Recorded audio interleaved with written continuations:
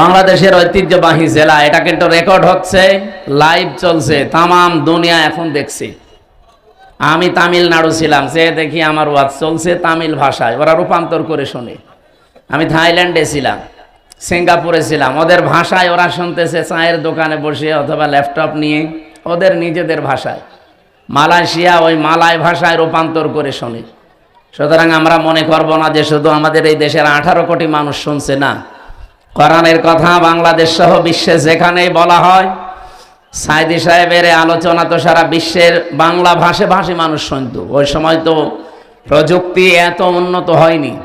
এখন আমি এখানে বাংলায় বলছি, তাতে কি হয়েছে, বিশ্বের যে যেই ভাষায় কথা বলে 4,500 ভাষা আছে। কত? সব ভাষায় বিভিন্ন মুসলমানেরা তারা রূপান্তর করে এই কথাগুলোই তাদের ভাষায় শুনতে পাচ্ছে। আর এই যে বাংলাদেশের ঐতিহ্যবাহী জেলা পিরোজপুর মঠবাড়িয়া ইসলামী পাঠাগার ও সমাজ কল্যাণ পরিষদের উদ্যোগে এই শব্দটা তামাম দুনিয়া আজকে জেনে ফেলেছে। অথচ আপনি আমার জেলা কুষ্টিয়াতে যান, সে বলেন যে পিরোজপুর হয়তো চিনবে, মঠবাড়িয়া আমার মনে হয় অনেকে চিনবে না। অথচ আজকে কোরআনের ইজ্জতে তামাম দুনিয়া আল্লাহ রাব্বুল আলামিন পরিচিত করে দিয়েছেন। শহীদ মোস্তফা খেলার মাঠ মঠবাড়িয়া পিরোজপুর, মহাবিশ্বের মহাবিস্ময়, আমাদের মালিকের মুখের পবিত্র বাণী কোরআনে কারীম। তাফসীরুল কোরআন মাহফিলের স্বনামধন্য সভাপতি, বিশিষ্ট আলেমে দ্বীন, সহকারী অধ্যাপক, বিশিষ্ট রাজনীতিবিদ, আপনাদের এলাকার সন্তান জনাব শরীফ মোহাম্মদ আব্দুল জলিল দামাদ বারকাতুহুমুল আলিয়া, বলেন আমিন।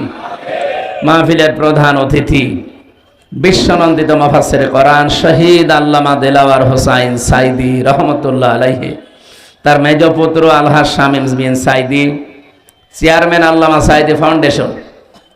আমার আগামীকাল মাহফিল আছে আল্লামা সাইদি সাহেবের হাতে গড়া প্রতিষ্ঠান খুলনা সিদ্দিকিয়া দারুল কোরআন কামিল মাদ্রাসা, ওই ময়দানে কালকে রাত 9টায় উঠবো ইনশাআল্লাহ। ওখানকার আল্লামা সাইদি ফাউন্ডেশন মনে হয় পিরোজপুর সদরে, না? সম্মানিত চেয়ারম্যান, উনি এখনই আসবে। কিছুক্ষণ আগে ভাই আমার সাথে কথা বলছিলেন যে আমি রাস্তায় চলে এসেছি, অলরেডি চলে এসেছে, উনি খাওয়া দাওয়া করে চলে আসবে ইনশাআল্লাহ। মাঝখানে আমরা কিছু কথা কোরআন কেন্দ্রিক বলতে চাই। মঞ্চে বসা ওলামা ইকরাম, সামনে বসা মুসলমান ভাইরা, পর্দার আড়ালের সম্মানিতা মা এবং বোনেরা, বিশেষ করে আমার আগে যিনি কথা বলছিলেন হাফেজ মাওলানা আবু তৈয়ব, ইমাম ইস্ট লন্ডন মসজিদ লন্ডন, আলোচনা রেখেছেন মাওলানা শাহজালাল, তাকওয়া শিল্পী গোষ্ঠী এসেছে আপনাদের এখানে, হাফেজ মোহাম্মদ হাবিবুল্লাহ কোরআনে কারীম থেকে তেলাওয়াতের মাধ্যমে অনুষ্ঠান উদ্বোধন করেছে। জান্নাতে এরকম একটা অনুষ্ঠান আল্লাহ নিজে করবেন, সেখানে নিজেই থাকবেন সভাপতি, মুহাম্মদ রাসূলুল্লাহ থাকবেন প্রধান অতিথি, হযরতে দাউদ আলাইহিস সালাম, এইরকম হাবিবুল্লাহর মতো হাফেজ মোহাম্মদ হাবিবুল্লাহ কই এসেছে এখানে, জি, হাবিবুল্লাহর মতো কোরআনে কারীমের সূরা তাহা তেলাওয়াত করে অনুষ্ঠান উদ্বোধন করবেন আমাদের নবী মুহাম্মদুর রাসূলুল্লাহ সাল্লাল্লাহু আলাইহি ওয়াসাল্লাম। তিনি সূরা রহমান থেকে তেলাওয়াত করে যারা জান্নাত পাবে তারা যেহেতু শুধু শ্রোতা, অন্য কেউ সেখানে প্রবেশ করতে পারবে না, এই মানুষগুলোর সামনে কোরআনে কারীমের সূরা রহমান তেলাওয়াত করে শোনাবেন। আমরা তো কোনোদিন শুনিনি নবীর কণ্ঠ, আবু জেহেল শুনেছিল, সারা রাত পায়ের উপরে ভর দিয়ে দাঁড়িয়ে মুহাম্মদুর রাসূলুল্লাহর কণ্ঠের তেলাওয়াত শুনতো, যদিও বিরোধিতা করত। আল্লাহ আমাদের ভাগ্যে রাখেননি, 1500 বছর পরে হলেও আমরা এসেছি।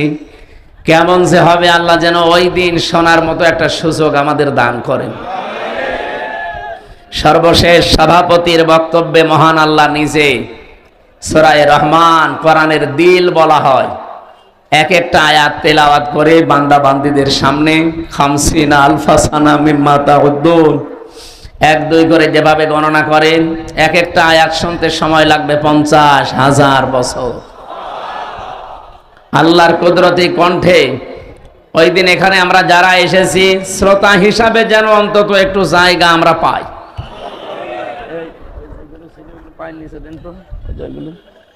দিয়ে দেন। সামনে বসা মুসলমান ভাইরা, পর্দার আড়ালের সম্মানিতা মা এবং বোনেরা, যেহেতু পিরোজপুর জেলায় আমরা জানি সারা বাংলাদেশের মানুষেরা যে এখানে অন্য ধর্মের মানুষও বাস করে, নাকি এ থানায় নেই? কোরআনের অনুষ্ঠান দিয়েছেন আপনারা। এই অনুষ্ঠান শুধুমাত্র মুসলমানদের জন্য না, দল মত নির্বিশেষে, জাতি বর্ণ ধর্ম সবার জন্য। হাদা বায়ানুল লিন্নাস হুদাল লিন্নাস, মানুষ পদবাচ্চে যারা বিবেচিত আমরা সবার জন্য আজকের আলোচনা হবে ইনশাআল্লাহ। আউযু বিল্লাহি মিনাশ শাইতানির রাজিম, বিসমিল্লাহির রহমানির রহিম। ইয়া আইয়ুহাল্লাযীনা আমানু মাইয়ারতাদ্দা মিনকুম আন দীনিহি ফাসাউফা ইয়াতিল্লাহু বিকওমিন ইউহিব্বুহুম ওয়া ইউহিব্বুনাহু আযিল্লাহ ইলা আখির আয়াত। সূরা মায়েদা। কোন সূরা? এদিকে তাকান ভাই, কষ্ট হয়ে যাচ্ছে। সূরা মায়েদা 120টা আয়াত আছে, 16টা রুকু আছে। মদিনায় নাজিল হয়েছে। মাত্র এক আয়াতের 4 ভাগের 1 ভাগ আমরা পড়লাম। আয়াত নাম্বার 54। কত? মায়েদা মানে দস্তরখানা। মায়েদা মানে কি? খাবারের প্লেট, দস্তরখানা। এই পৃথিবীকে আল্লাহ দস্তরখানা বানিয়ে আমাদের সামনে পেশ করেছেন, আমাদেরকে আহ্বান জানিয়েছেন যে দস্তরখানা তামাম দুনিয়া এটা খাবারের প্লেট। এই আয়াতে এই সূরার নামকরণ দিয়ে আমি তাফসিরে ইবনে কাসিরের ভেতরে পড়েছি, পৃথিবীর মানুষকে আল্লাহ অভয় দিয়েছেন যে খাবারের চিন্তা তোমার করার দরকার নেই, তোমার চিন্তা ইবাদত নিয়ে। খাবারের চিন্তা কার? আমা মিন দাব্বাতিন ফিল আরদি ইল্লা আলাল্লাহি রিজকুহা, জমিনে এমন কোন বিচরণশীল জীব নেই যার রিস্কের দায়িত্ব আল্লাহ নিজের হাতে তুলে নেয়নি। এখানে রিজিক নিয়ে কোনো ভয় নেই, কোনো চিন্তা নেই, আপনি না খেয়ে মরে যাবেন না। যা লেখা আছে এটা আপনার কাছে আসবেই। তা আপনার চিন্তা করা দরকার যেটা নিয়ে আপনি পার হবেন, তার নাম কি? ইবাদত। বলেন বলেন। এই ইবাদতের ভেতরে সর্বোত্তম ইবাদত যেটা, সেই ইবাদতের প্রথম শব্দটা আল্লাহ আয়াতে দিয়েছেন, ইয়া আইয়ুহাল্লাযীনা আমানু, ওহে যারা ঈমানের দাবি করো, মাইয়ারতাদ্দা মিনকুম, তোমাদের ভেতরে যদি কেউ ফিরে যায়। এটা ইরতিদাদ বাবে ইফতিআল থেকে, এর বাংলা অর্থ দাঁড়ায় যারা হক থেকে বাতিলের দিকে মুখ ফিরিয়ে চলে যায়। এই আয়াতটা বাংলাদেশে কত বাস্তবসম্মত আমার মনে হয় 1500 বছর আগে না, এই আজকে এই আয়াতটা নতুন করে আরেকবার নাজিল হয়েছে।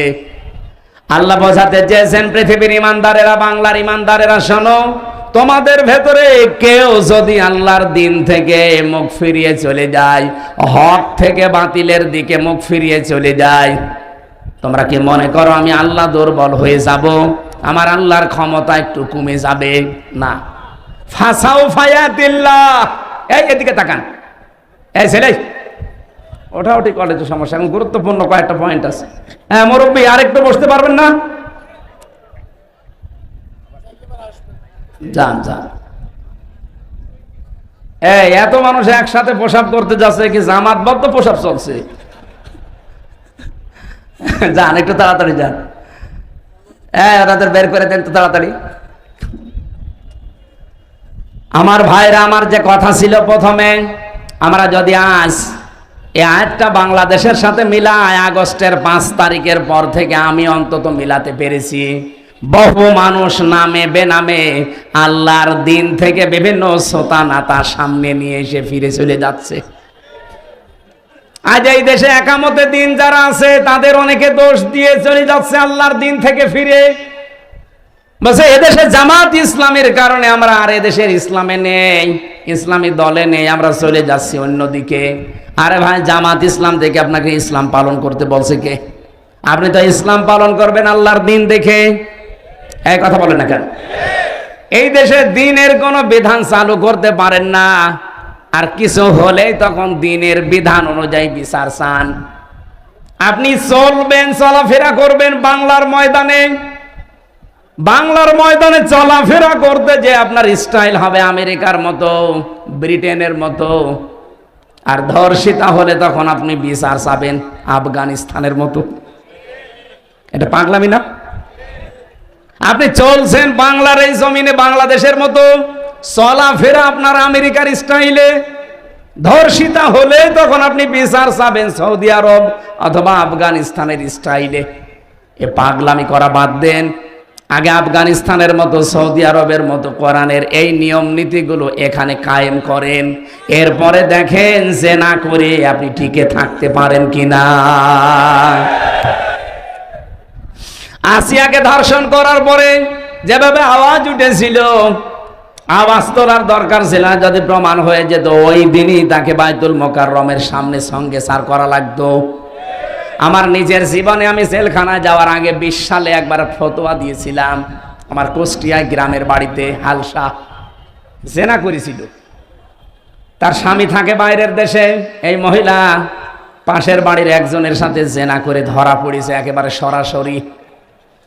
গ্রামের লোকজন বলছে হুজুর ফতোয়া দেন, যেহেতু প্রমাণ আছে, সব 4টা সাক্ষী আছে, প্রমাণ দিলাম কি 4 জন দেখেছেন? বলছে হ্যাঁ, আমরা একেবারে সব হাতে নাতে ধরেছি, যেভাবে আপনি কোরআন হাদিসের কথা বলেন ওইভাবেই পেয়েছি। আমি বললাম কোরআনে সূরা নূরের নির্দেশ হচ্ছে তাদেরকে মাটির ভেতরে বুক পর্যন্ত গেড়ে দিয়ে, পাথর দিয়ে, ইট দিয়ে মেরে সঙ্গে সার করে বিদায় করে দেন। এখন গ্রামবাসীকে যদি বলতাম এটা করেন, তাহলে ওরা যদি আমার কথা অনুযায়ী রায়টা এভাবে কার্যকর করতো, ও সঙ্গে স্যার ওই মহিলা হওয়ার আগে আমি হয়ে যেতাম। মহিলা সঙ্গে স্যার হয়তো সকালে সকালে যদি 10টায় হয়তো আমি সকাল 7টায় হয়ে যেতাম। ওই পুলিশ আমার ধরে নিয়ে যেত। যা হুজুর, এ দেশে ফতোয়া দেবেন দেন, এ দেশে কোরআনের আইন চলে, দিনের বিধান এই দেশে চলে। আপনি ফতোয়া দিয়েছেন, এ পর্যন্ত থাকতো, কার্যকর করতে গেলেন কেন? ওই মহিলাকে পরে আগে আপনার সঙ্গে সার করিনি। এটা করতো কিনা বলেন? যদি বিশ্বাস না হয় ওই যে পুলিশের জিজ্ঞাসা করেন, ওইটাই করতো, কারণ এই দেশে তো নেই। কিন্তু এই দেশে যদি আফগানিস্তানের মতো কোরআনের এই আইনটা জারি থাকতো, আর সাক্ষ্য প্রমাণে যদি ধরা পড়ে যেত, বলেন তো আমার এই রায় দেওয়ার সঙ্গে সঙ্গে কার্যকর হলে আমি সঙ্গে সার হতাম? গ্রামের লোক কিছু মানুষ না বুঝে এখনো আমার উপরে রাগ করে যে আপনি খালি ফতোয়াই দিয়ে গেলেন, কিছু করতে পারলেন না। করবো কি করি? আমার পেছনে কোনো ব্যাকআপ আছে, কোনো শক্তি আছে, কোনো পাওয়ার আছে। ওই পাওয়ারটাই হাতে নেওয়ার জন্যই তো আমরা চেষ্টায় আছি যে জেনা করে আসিয়ার ধর্ষিতা যদি আর না বাঁচে, সারা বাংলাদেশে আর কেউ আসিয়ার মতো মেয়েদের দিকে চোখ তুলে তাকাবে না। এই জন্যই তো চাচ্ছে বাংলাদেশের সামনে 300 এমপি, 151 জন শামীম সাইদের মতো মানুষ যদি কোরআন বুকে নিয়ে সংসদের সামনে যেতে পারে, আল্লাহর কসম সংসদের প্রথম অধিবেশনে উনি বলবে, মাননীয় স্পিকার, আমরা নামাজের বিল চাই, আমরা যাকাতের বিল চাই, আমরা ধর্ষণের বিল চাই। এই কথা বলছে না কেন? উনি যদি বলে হাত তোলেন, শামীম সাইদের মতো 151 জন যদি হাত তুলতে পারে, ওই দিনই নামাজের বিল কায়েম হয়ে যাবে, ওই দিনই যাকাতের বিল কায়েম হয়ে যাবে, ওই দিনই ধর্ষণের আইন কায়েম হয়ে যাবে। ওর পর দিন থেকে 18 কোটি মানুষ নামাজ পড়বে। আপনি ভোট দিয়েছিলেন আব্দুল আজিজকে মাত্র আব্দুল জলিলকে মাত্র একটা, শামীম সাইদিকে মাত্র একটা। ওনারা যদি কোরআন বুকে নিয়ে সত্যিই সামনে যেতে পারে, 151 জন মানুষ যদি সত্যি এই দেশে তৈরি হয়ে যায়, যতগুলো ইসলামের বিধান আছে এগুলো সব ওনারা একটা একটা করে বিল পাশ করাবে। আপনি শুধু একটা ভোট দিয়েছেন, তাতে কি 18 কোটি মানুষ নামাজ পড়লে যে সওয়াব হয়, ওই রকম সওয়াব প্রতিদিন পাবেন। আমি যদি মিথ্যা বলে থাকি, সূরা নিসা এই লক্ষ্য রওশনের সাথে মতো হয়ে গেল, তাড়াতাড়ি করেন।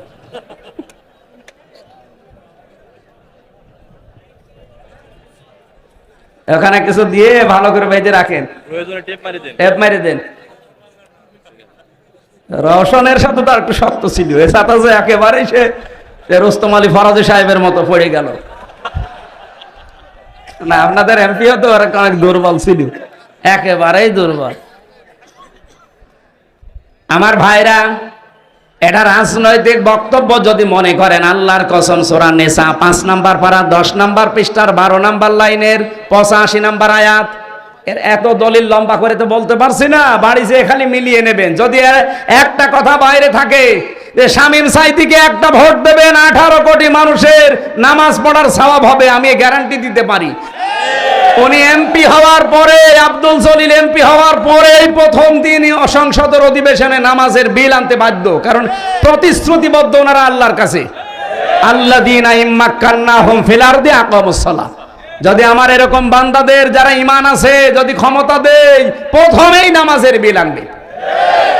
দুইজনই আছে, জিজ্ঞাসা করে দেখেন, এনারা যদি নামাজের বিল প্রথম দিন না আনে, জীবনও ভোট দেবেন না।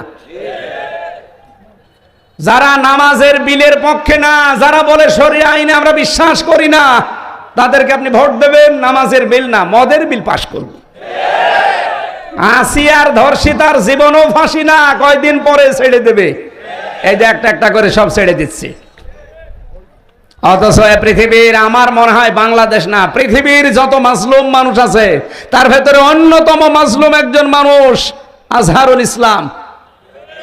হ্যাঁ, কথা বলেন না কেন? এটিএম আজহারুল ইসলাম একজন মাজলুম মানুষ, বিনা কারণে আজ 13 বছর জেলে পড়ে আছে। হাসিনা যেমন অবৈধ, তার রায়গুলো অবৈধ। এই কথা বলেন না কেন? আমরা চাই আগামী 6 তারিখে যে রায়টা আছে, আর কোন বাঙালিকে হাইকোর্ট দেখাবেন না। কি কথা বলেন না কেন? যেভাবে হোক তারে মুগ্ধ জীবনে ফেরত দেওয়া লাগবে। কত মানুষকে তো দিয়ে দিলেন। প্রশ্ন করে খালি, ওনার সাজা হয়ে গেছে, উনি সাজাপ্রাপ্ত আসামি, ওনারে জামিন দেবে কি করে? সাজাপ্রাপ্ত তারেক জিয়া ছিল না, তারা ছেড়ে দিলেন কি করে?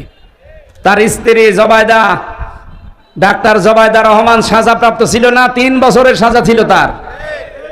হ্যাঁ, তাদেরকে ছেড়ে দিয়েছেন, আলহামদুলিল্লাহ, আমি খুশি। আপনারা কেউ খুশি না হলে আমি খুশি, কারণ তারা নিরপরাধ। বিনা কারণে তাদেরকে আপনি মিথ্যা মামলা দিয়ে হাসিনা আটকে রেখেছিল। আমার যেমন 3 বছর, আমার মামলাটা নিয়ে আমি বুঝেছি যে এই প্রশাসন, এই আদালত যে কত মিথ্যার উপরে চলতো, আমি নিজে তো প্রমাণ, কারো জিজ্ঞাসা করা লাগবে না, আমি নিজে প্রমাণ না। 3টা বছর আমার জীবন থেকে তারা কেড়ে নিয়েছে। কিয়ামতের দিন আমি জীবনও তাদের ছাড়বো না। যারা যুক্ত ছিল টপ টু বটন, কেউ ছাড়বে না। এই মানুষগুলো ছাড়বে? 13 বছর বাবার কাছ থেকে আলাদা করে রেখেছেন বিনা কারণে।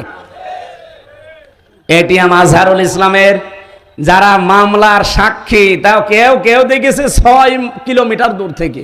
ওর চোখে কি পাওয়ার বলেন তো? কেউ দেখেছে 3 কিলোমিটার দূরে, কেউ 1.5 কিলোমিটার দূরে। ওকে মানুষ না বাস পাখি?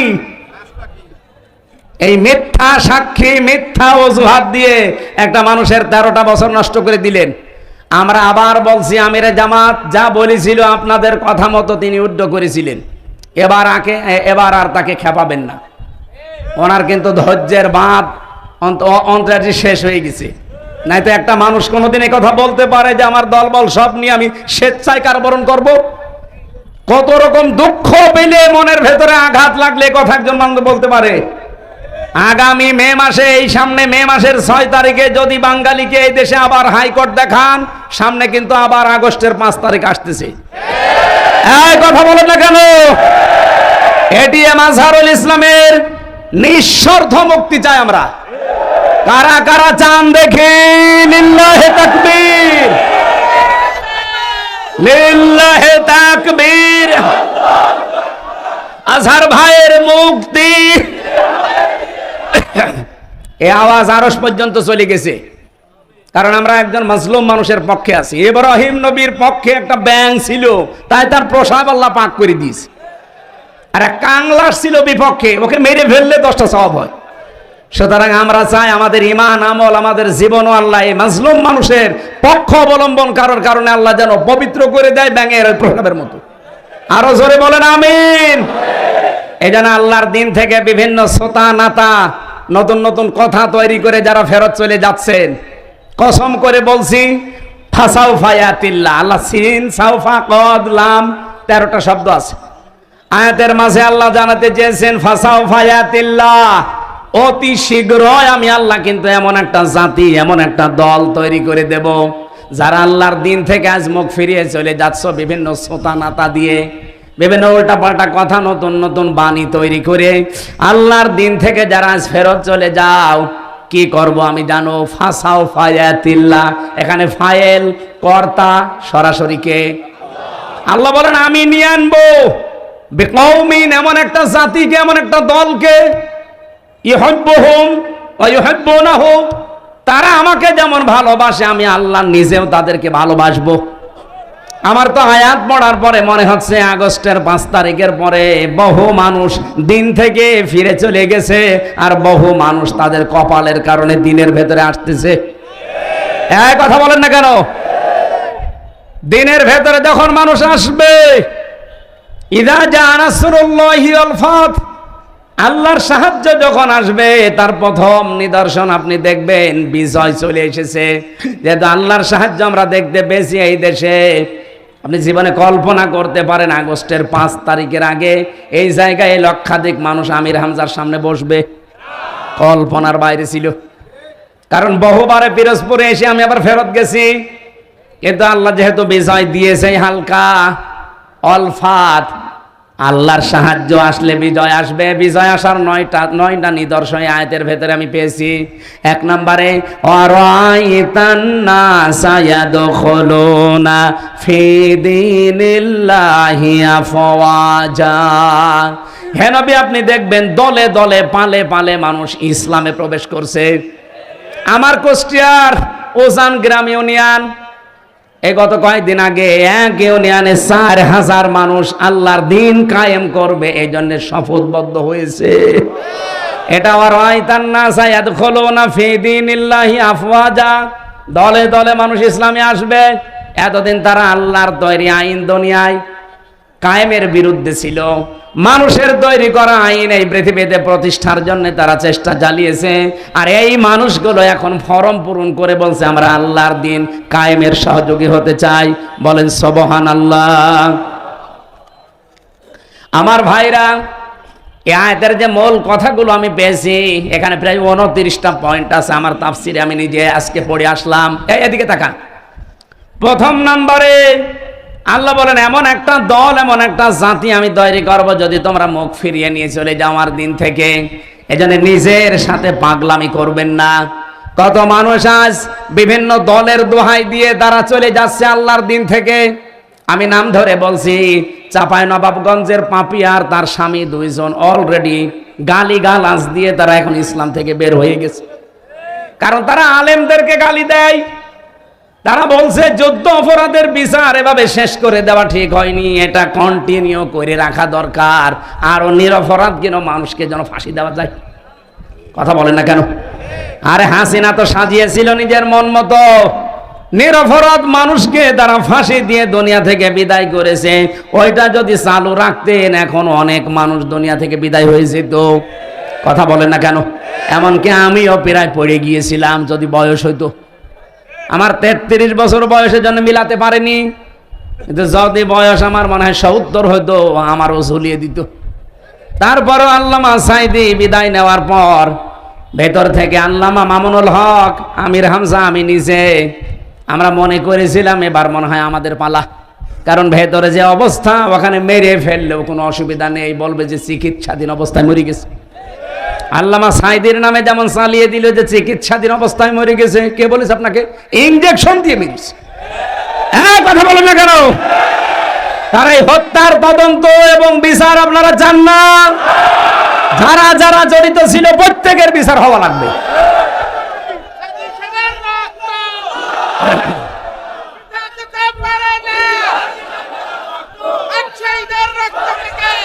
আমার ভাইরা, ঠিক আছে, আমার যে 29টা পয়েন্ট ছিল সবগুলো যদি বলতে আজকে নাও পারি, আমি সব লিখে এনেছিলাম। আমি গুরুত্বপূর্ণটা বলছি। আল্লাহ বলে মানুষ যখন দিন থেকে বিভিন্ন সোতানাতা দিয়ে ফেরত চলে যাবে। আজ আপনি কার দোহাই দিয়ে ফেরত চলে যাচ্ছেন? বলেন জামাত ইসলাম ভালো না, চরমনায় ভালো না, এই হেফাজত ইসলাম ভালো না। কি ভালো কোনটা? এই ভালো কোনটা দিয়ে আপনি চলে যাচ্ছেন আল্লাহর দিন থেকে? যদি কোনোটা ভালো না লাগে নিজে দিনের মন মতো করে আপনি চলেন আর নিজে একটা তৈরি করেন, তাও মানুষের তৈরি করা আইন প্রতিষ্ঠায় নিজেকে জড়াবেন না। মানুষের তৈরি করা আইন প্রতিষ্ঠায় জড়ালে আপনি কাফের। বলেন সূরা আলে ইমরান 4 নম্বর পারা 9 নম্বর পৃষ্ঠা 3 নম্বর লাইনের 154 নম্বর আয়াতের মাঝের অংশে আছে। আয়াতটা লিখে বাড়িতে যেয়ে মিলান। আল্লাহর তৈরি আইন বাদ দিয়ে মানুষের তৈরি আইন যারা দুনিয়ায় প্রতিষ্ঠা করার জন্য দল করে, আন্দোলন করে, ভোট করে, মিছিল মিটিং করে, এই মানুষগুলোকে কোনো অধিকার আল্লাহ দেয়নি। এই জন্য আল্লাহ নতুন করে তখন একটা দল তৈরি করবেন যারা আল্লাহকে ভালোবাসবে এবং আল্লাহ তাদেরকে ভালোবাসবে। সেই দলে যেন আল্লাহ আমাদেরকে শামিল করে। বলেন বলেন বলেন, খুব গুরুত্বপূর্ণ পয়েন্ট এটা।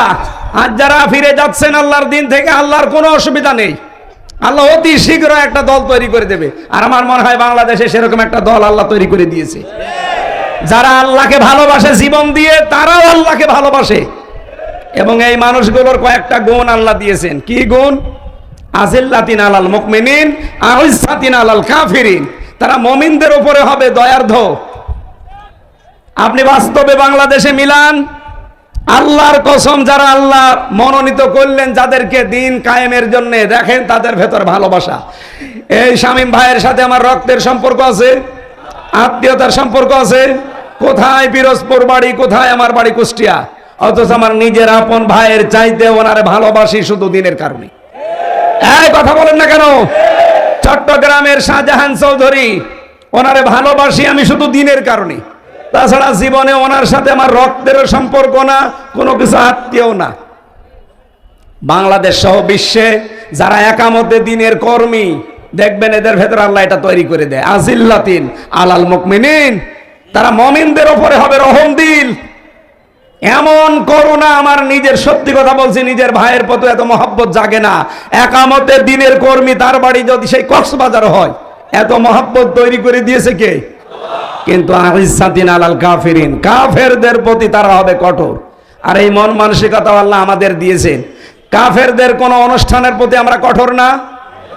এই দেশ সহ বিশ্বে কাফেরদের যত রকমের এই যে নারী কমিশন যেটা তৈরি করেছে আল্লাহর কোরআনের বিরুদ্ধে, সর্বপ্রথম এই দেশের আলেম ওলামা যারা একামতে দিনের কর্মী যারা, তারা এর বিরুদ্ধে।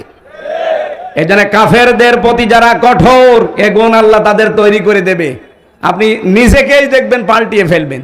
ইউজাহিদুনা ফি সাবিলিল্লাহ ওয়ালা ইয়াখাফুনা লাওমাতা লাইম। তারা আল্লাহর দিনের পথে চলতে গিয়ে কারো তিরস্কারের ভয় করবে না। যালিকা ফাদলুল্লাহ, আল্লাহ বলেন যারে তারে আমি এই কাজে লাগাই না, এটা আল্লাহর অনুগ্রহ। এটা কি? সুতরাং একামতে দিন কায়েমের জন্য যারা এই লাইনে আছেন, নিজেকে ছোট ভাববেন না, মনে করবেন আল্লাহ দয়া করে আপনাকে এই রাস্তায় তুলে নিয়ে এসেছে। যালিকা ফাদলুল্লাহ ইউতিহি মাইয়াশা, আল্লাহ যাকে চায় তাকে রাস্তায় নিয়ে আসে। আল্লাহু ওয়াসিউন আলিম, আল্লাহ প্রশস্ত এবং জ্ঞানী। এবারে আয়াতের ভেতরে 4টা পয়েন্ট আছে। আমার কি দেরি হয়ে যাচ্ছে না? মানে আমার গলায় ভাড়া লাগবে না আপনাদের মাহফিলের জন্য যত রকম। এখনো 7টা হাদিসের পয়েন্ট বাকি আছে, যে হাদিস পড়েছিলাম। আয়াতের পরে আছে আরো 4টা। 7 আর 4 কত হয়? 11টা জিনিস বলতে অন্তত 20 মিনিট তো লাগবে। আপনারা কি চলে যাবেন? আজকের তেলাওয়াতকৃত আয়াতে কিছু গুরুত্বপূর্ণ তথ্য আছে, বাস্তবের সাথে মিলিয়ে আমরা এই কথাগুলো শুনতে চাই, বলতে চাই ইনশাআল্লাহ। যেহেতু কোরআন সবার জন্য উন্মুক্ত, এটাকে শুধু মুসলমানদের? বলেন বলেন। আল্লাহ রাব্বুল আলামিন বলেন হাযা বায়ানুল লিন্নাসি ওয়া হুদাও ওয়া মাউইযাতুল লিল মুত্তাকিন।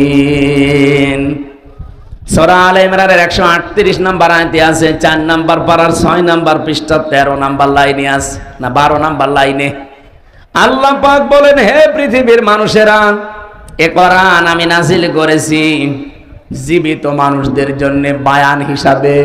তাহলে কোরআন শরীফ মরা মানুষের জন্য না, জীবিত মানুষের জন্য। কিন্তু দুঃখজনক হলেও সত্য, এই 15.5 বছরের দিকে তাকান, জীবিত মানুষদেরকে কোরআন শোনানো, কোরআন বোঝানো বড় কঠিন হয়ে দাঁড়িয়েছিল। জেল থেকে বের হওয়ার পরে আমার মাহফিল ছিল এই মঠবাড়িয়ায়, আমি চলেও এসেছিলাম, কিন্তু শয়তানরা আমারে ঢুকতে দেয়নি। আমি কি এসেছিলাম আমার বাবার কাহিনী শোনাতে? কোরআনের কথা শোনার জন্য, বসার জন্য এসেছিলাম জীবিত মানুষদের সামনে। সে কুষ্টিয়া থেকে আমি অলরেডি খুলনা পার হয়ে গেছি। হঠাৎ করে আমারে বলছে আপনিও পালান, আমরাও পালাচ্ছি। পুলিশ এসে আগেই ঘিরে ফেলেছে। পুলিশ যদিও আজকেও এসেছে, ওই যে পুলিশ, আজকে আর এখন আর হবে না, কারণ এখন আর আগস্টের 5 তারিখের আগে নেই। ঠিক আছে,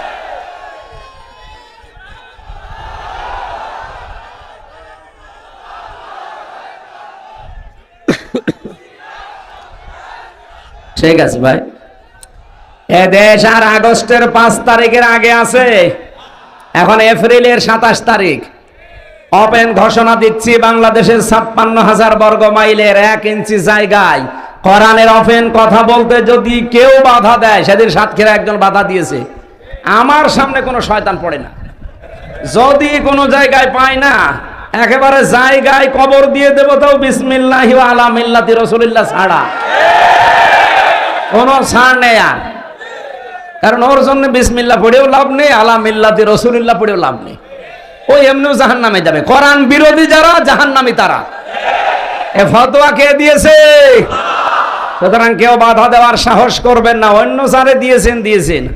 আমার সামনে এখনো পর্যন্ত পড়েনি, বিশেষ করে আগস্টের 5 তারিখের পর থেকে। এর আগে পড়েছিল কিছু শয়তান, আমি তখন কিছু বলি নাই। এখন যদি পড়েন, আমি একেবারে আল্লাহু আকবার বলে ওই ওদের সে পাঁঠা জবাই করে যেভাবে, ওরা তো আল্লাহু আকবার বলে না। আশা করছি এই দুঃসাহস কেউ দেখাবেন না। আপনি নিজের কপালে নিজে আগুন লাগাচ্ছেন, আরো মানুষের ভেতরে বিভ্রান্ত ছড়াচ্ছেন। সাতক্ষীরার যে এই চেয়ারম্যান নামে কলঙ্ক, এই কোলাঙ্গার এই লোকটা, কয়েকদিন আগেও প্রশাসনের লোক তাকে বাটপার বলে গালি দিয়েছে। অথচ কোরআনের মাহফিলে যে আলেমকে অপমান করে, আমি কেন যে ওই দিন থাকলাম না। আমার 1 তারিখে আছে সাতক্ষীরায়, দেখি ওই আল্লাহর ওলি পড়ে কিনা। যদি পড়ে, ওরে আমি লবণ ছাড়া চিনি ফেলবো। শয়তান। আমার ভাইরা, জীবিত মানুষদেরকে কোরআন শোনাতে বলেছেন কে? আরো জোরে বলেন। কেন? কোরআনে কারীম জানিয়েছে কেন জীবিত মানুষদেরকে শোনাবেন। ওয়াযাক্কির ফাইন্নায-যিকরা তানফাউল মুমিনিন। হে নবী, আপনি কোরআন দিয়ে আলোচনা করবেন। যারা মুমিন, যাদের ভেতরে ঈমান আছে, এই মানুষগুলোর উপকার হবে।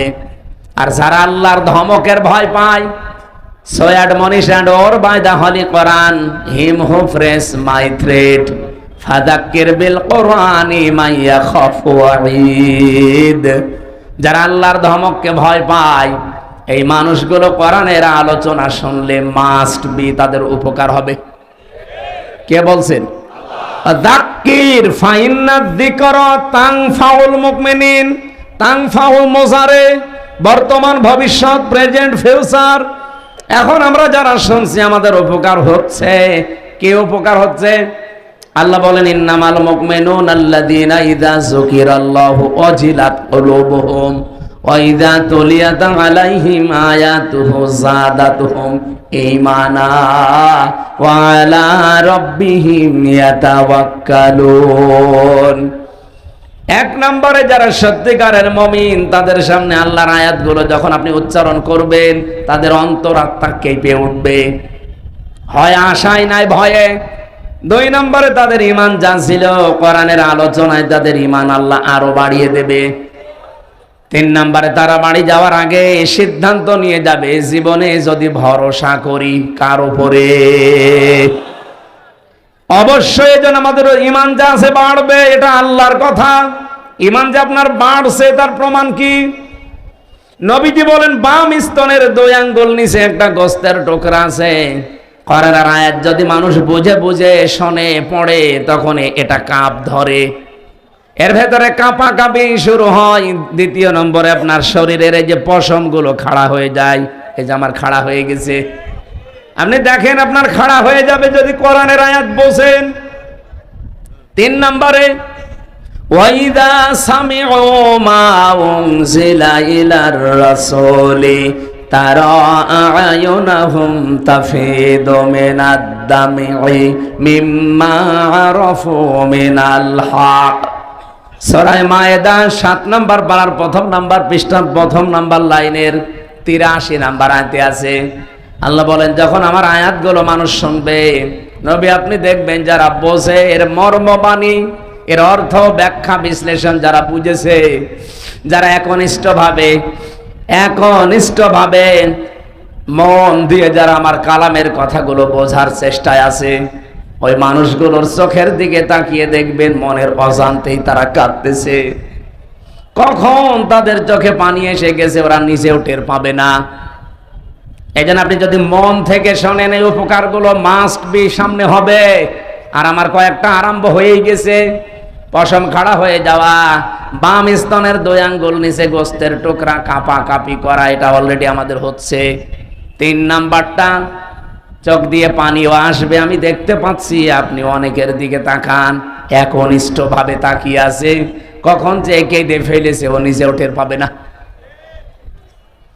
আল্লাহ রাব্বুল আলামিন কোরআনে কারীম দিয়েছেন জীবিত মানুষদের জন্য, অথচ যারা এই 15.5 বছর বাধা দিলেন, তাদের বাবা মা মরে গেলে আমার ডেকে বলতো, হুজুর কোরআন পড়ে দিন। কি আপনার বাবা মরে গেছে, এখন কোরআন পড়ে করবো কি? যতদিন জীবিত ছিল ততদিন যদি পড়তেন, পড়াতেন, বোঝাতেন, কাজ হইতো। কি কথা বলেন? এ থানার ভেতরে মনে হয় এক জায়গায় গত বছরে জেল থেকে বের হওয়ার পরে আমি আসতেছে কথাও বলেছিলাম, কিন্তু কয়েক কিলো মনে হয় আমার বাকি ছিল, 2-3 কিলো। পুলিশ আমার আগে এসে প্রায় 1-1.5 গাড়ি ভরে গেছে। ওরা বলছে, হুজুর আসলে আমরা যেভাবেই হোক ধরবো। আজকে ধরেন তো ভাই, আসুন আজকে ধরে নিয়ে যান, যে বন্দি করে রাখেন। যাদের কথা মতো এই কাজগুলো এই মানুষগুলো করেছিল, দোষ শুধু এদের তো না, দোষ এদের বড় বড় যে অফিসারগুলো ছিল আর যারা বাধা দিয়েছিল ওই শয়তানদের। জীবিত মানুষদের আমরা আসি কোরআন শুনতে, আর ওরা বলে না মরে গেছে, এখন পড়ে করবো কি? আমি আহ্বান জানাচ্ছি, এটা যেহেতু রেকর্ড হচ্ছে সারা বাংলাদেশের, সাধারণ যে পোশাক পরে পুলিশেরা আছে এদের দোষ না ভাই। হ্যাঁ, কিছু উল্টাপাল্টা লোক ছিল, সে মানুষরা পালিয়েছে। আমার কুষ্টিয়ায় বাড়ির নিচে যে ভাড়া থাকতো, ওটা ছাত্রলীগের ক্যাডার ছিল, আমি জানতাম না, আমি তো 3 বছর জেলে। ও ম্যাডাম যারে পাড়িয়েছে তারাই ভাড়া দিয়েছে, আর প্রশাসনের লোক না দিলে তো সমস্যা করবে। পরে আগস্টের 5 তারিখের পরে বিকালবেলা এই যে আল্লাহর ওলি পালিয়েছে, আজ পর্যন্ত আমরা আর কোনো খোঁজ নেই। তালা লাগানো এই 9 মাস, ভাড়াও পাই না, জিনিসপত্রও খুলতে পারি না। কোথায় যে গেছে তার বউ ছেলে মেয়েরও খোঁজ নেই। কি করলেন আপনি? টাকা পয়সা কামাই করে কি করলেন বলেন? এই কিছু কিছু অফিসারের কারণে, কোলাঙ্গার যে মানুষগুলো, তাদের কারণে সাধারণ কনস্টেবল যারা, এসআই, এএসআই, এই মানুষগুলো আজ জাতির কাছে এখনো পর্যন্ত কালার হয়ে আছে। এরা এই পোশাক দেখলে এখনো ঘৃণা করে না। এই পোশাকটার দোষ না, এটা সম্মানিত পোশাক। নবীজি 2টা শ্রেণীর মানুষকে বলেছে তারা জাহান্নামের সাথে তাদের চোখ কোনোদিন আগুনে জ্বলবে না। 1 নম্বরে যারা রাতের বেলা উঠে গনার কথা স্মরণ করে কান্নাকাটি করে, আর 2 নম্বরে এই প্রশাসনের লোকজন যারা রাতের বেলা আমাদের জানমাল ইজ্জত আবরু পাহারা দেওয়ার জন্য রাত জেগে থাকে। আমি এই মঠবাড়িয়া থেকে কুষ্টিয়া, এখান থেকে যাবার সময় অন্তত 10 জায়গায় ওরা রাতের বেলা পাহারা দিচ্ছে। অথচ যারা এই কাজ 15.5 বছরে করেছে, এই কঠিন অবস্থা, তারা কি পাহারা কোনোদিন দেয়? ওই ডিসি, এসপি, এএসপি, টিওনো এরা কোনোদিন ওসি পাহারা দেয়? তারা তো ঠিকই তার জায়গা মতো, কিন্তু এদেরকে কালার করে দিয়ে গেল। এই জন্য আমরা বারবার আহ্বান জানিয়েছি ডক্টর মোহাম্মদ ইউনূস সাহেবের কাছে, স্বরাষ্ট্রমন্ত্রীর উপদেষ্টার দায়িত্বে যিনি আছেন, বহুবার এ কথা বলা হচ্ছে যে ওদের বিভাগটা আলাদা করে দিন। প্রশাসন আগামী থেকে কারো কথা মতো চলবে না, ওরা চলবে ওদের আইজির কথা মতো। কে কথা বলে না কেন? কোন নেতা খেতা পাতি নেতা, এমপি, মন্ত্রী, উপজেলা চেয়ারম্যান না, কারো কথা শোনার দরকার নেই। ওরা শুনবে ওদের গতিতে, ওদের আইজির কথা মতো। দেশ ঠান্ডা হয়ে থাকবে। আমি মালয়েশিয়া এটাই দেখে আসলাম, সিঙ্গাপুরে এইটা দেখে আসলাম, এই যে ছিলাম কিছুদিন আগে। এই সমস্ত দেশগুলোতে শান্তি বিরাজ করার পেছনে কারণ হচ্ছে এই প্রশাসনের এই নিরপেক্ষতা। কিন্তু এগুলো আজ সব দলীয়করণ করে ফেলেছিল। এই জন্য আমরা জাতির লোকেরা ছিলাম মিনি জাহান্নামে। আমরা আগামী থেকে আর জাহান্নামে থাকতে চাই না। এই জন্য দায়িত্বে যারা আছেন, আমি নিজের কথা বলছি না, এটা বহু মানুষের কাছে আমি শুনেছি, এমনকি প্রশাসনের বড় বড় মানুষকেও শুনছি, তারা বলছে এই কথা মানুষকে জানান, ওপরে যেন বলে যে আমাদের বিভাগ আলাদা করে দিন। আমরা কোনো নেতা খেতা পাতি এগুলোর কথা শুনে চলতে চাই না। আমরা চলবো আমাদের আইজির কথা মতো, আমাদের বিভাগ অনুযায়ী। দেখেন দেশে শান্তি হয় কিনা। মালয়েশিয়াতে যে শান্তি শুধু এই কারণে, এটা আমরা চাই কিনা বলেন তো? এই লক্ষ মানুষেরা একটু হাত তুলে জানান দেন তো সরকারের কাছে, এটা চাই কিনা। প্রশাসন থাকবে আলাদা, ওদের বিভাগে আলাদা। কথা বলেন না কেন? কোন এমপি মন্ত্রী নেতা খেতা উপজেলা চেয়ারম্যান কারো কথা শোনা লাগবে না। আমরা এরকম একটা বাংলাদেশ সামনে দেখতে চাই না। ওরাই তখন দেখবেন আল্লাহর খাস ওলি হয়ে যাবে। প্রশাসনের জন্য মন থেকে মুসাফির অবস্থায় দোয়া করছি।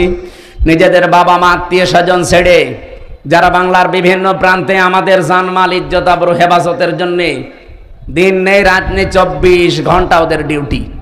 বাংলাদেশে একটাই বিভাগ আছে যাদের কোনো ডিউটির শেষ নেই। 8 ঘন্টা না, কে বলেছে? ওদের 24 ঘন্টা ডিউটি।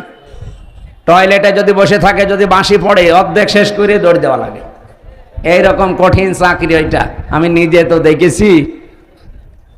সম্মানিত ভাইরা, এই জন্য মন থেকে মুসাফির অবস্থায় দোয়া করছে, আল্লাহ তাদেরকে আগের সেই অবস্থায় তুমি আবার ফিরিয়ে দাও।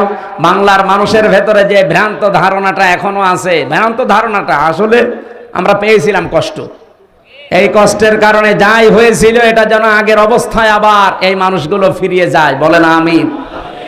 কোরআন শোনানোর কথা কি মরা মানুষ না জীবিত মানুষ? আমরা কি মরা না জীবিত? দুইটা কথা আল্লাহ আয়াতের পরবর্তীতে দিয়েছেন। হুদান, পথ নির্দেশিকা, এর ভেতর থেকে নেওয়া লাগবে।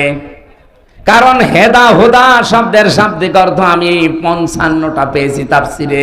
এদিকে তাকান, তাফসিরে ফি জিলালিল কোরআন দেখবেন, তাফসিরে বাইজাবি দেখবেন, এই হুদার আগে আলিফ লাম আছে। আল্লাহ পাক না, এই হুদার আগে ওয়াও আছে, ওয়া। বাইজাবি নাসিরউদ্দিন বাইজাবি রহমতুল্লাহ আলাইহি ব্যাখ্যা করতে গিয়ে তিনি টিকায় দিয়েছেন কেন আল্লাহ হুদান দিলেন, এরপরে মাউইজাতুন দিলেন। এই দুইটা গুরুত্বপূর্ণ শব্দ আল্লাহ এখানে প্রয়োগ করলেন, তৈরি করে লাগিয়ে দিয়েছেন। কেন জানেন? এই পৃথিবীতে একমাত্র হেদায়েতের কিতাব একটাই আছে, তার নাম কোরআন শরীফ। কোরআন বাদ দিয়ে পৃথিবীর কোন কিতাব আপনাকে হেদায়েত দেওয়ার ক্ষমতা রাখে? বলেন বলেন। সুতরাং পৃথিবীর কোন কিতাব পড়ে আপনি হেদায়েত পেতে পারেন না কোরআন ছাড়া। কোরআনের ব্যাখ্যা যদি হয় আপনি পড়েন, কোরআনের বিশ্লেষণ যদি করা থাকে পড়বেন। আপনার জীবনে পড়া যাই হবে, লেখাপড়া কোরআন কেন্দ্রিক হওয়া লাগবে। দুঃখজনক হলো সত্য যে সিলেবাস বানিয়ে উপহার দিয়েছিল জাতিকে, কোরআনের কিছু ছিল। বলেন কি রান্না শিখাতো? ডাল রান্না, আম রান্না, বেগুন রান্না করা, ডিম ভাজি। তো আমি শিখে করবো কি? আমার বউ নেই? শিক্ষা ব্যবস্থাকে পুরো ধ্বংস করে ফেলেছিল এরা। আল্লাহ যদি দয়া করে দেশটা দ্বিতীয়বার স্বাধীন করে না দিত, আল্লাহর কসমে জাতি অলরেডি জাহান্নামে প্রবেশ করেছিল। আপনি তো টের পাচ্ছেন না? ক্লাস 7 এর 8 এর বই পড়ানো যেত না? যারা পড়ায় জিজ্ঞাসা করে দেখেন। একটা মেয়েকে তার বাবা যদি ক্লাস 7 8 এর বই পড়াতে যায়, আমার আল্লাহর কসম মাস্ট বি লজ্জায় মরে যাওয়ার কথা, যদি বাবা হয়ে থাকে। কথা বলেন না কেন? শিক্ষকরা বাবার মতো না? তারা পড়াবে কি করে মেয়েকে? বলেন। এই জায়গায় পৌঁছিয়েছিল সমকামিতার নাম দিয়ে, শরীফ শরীফার নাম দিয়ে এমন জায়গায় জাতিকে নেওয়ার চেষ্টা চালাচ্ছিল ভারতের প্রেসক্রিপশন অনুযায়ী। আপনি ভাবতেও পারেননি। একটা লোক সকালে বলছে আমি শরীফ, বিকালে বলছে আমি শরীফা। এটা আজকে ব্রাহ্মণবাড়িয়া এক জেলায় দেখছিলাম একটু আগে আসার সময়, যে 2 মেয়ে তারা বিয়ে করেছে। আরে ভাই, আপনারা নিজেরাই যদি বিয়ে করেন, তা আমরা কি ঘাস কাটছি? আমাদের কোনো কাজ নেই? আমরা কি করব? আমাদের কোনো কাজ নেই। আর আমরা জানি বরিশাল বিভাগের মানুষেরা টাটকা জিনিস খায়, তো বিশেষ করে বরিশাল, ভোলা, পটুয়াখালী, বরগুনা, পিরোজপুর এই সমস্ত জেলার মানুষ নদীর ধারে তো সব টাটকা জিনিস খায়, এদের বউ লাগে 3-4টি করে। তা আপনারা মেয়েরাই যদি বিয়ে করে ফেলেন তা আমরা করব কি? আমরা খুলনা বিভাগের মানুষেরা যাই হোক আছি, তা আপনারা তো আরো সমস্যায় পড়বেন বেশি। হ্যাঁ, কথা বলছেন, মুরব্বী তো বুঝেছে। এ পর্যন্ত থাকলেও আমি একটা কথা বলতাম না, কিন্তু সকালে আপনি শরীফ, বিকালে বলবেন আমি শরীফা লাগছে। আপনি কি বললে শরীফা হয়ে যাবেন? আপনি শরীফা পর্যন্ত বলেও যদি ঠিক থাকতেন তাও তো কিছু বলতাম না, কিন্তু বিকালে এসেই তো বলবেন যে আমি যেহেতু শরীফা, হাইকোর্ট আমারে রায় দিয়েছে আমি শরীফা, আমি এখন মহিলা হোস্টেলে সিট চাই। মহিলা হোস্টেলে সিট দিলে আপনি ঠিক থাকবেন? ওখানে আমার মেয়ে আছে, আমার বোন আছে, আমার ফুফু আছে, আমার খালা আছে। এই কথা বলেন না কেন? আপনি ওখানে যেয়ে দেখা যাচ্ছে কয়দিন পরে আমার মেয়ে, আমার বোন, আমার ফুফু সব যারো সন্তান পেটে নিয়ে ঘুরছে। জাতিকে যারো সন্তান উপহার দেওয়ার জন্য এই শরীফ শরীফা চালাতে চেয়েছিল, আল্লাহ বাঁচিয়ে দিয়েছে। নাইতে আপনার মেয়ের অবস্থা, আপনার বোনের অবস্থা ঠিক এইটাই হইতো। এই কথা বলেন না কেন? ও যতই দাবি করুক আমি শরীফ থেকে শরীফা, মাল তো ঠিক আগেরটাই আছে।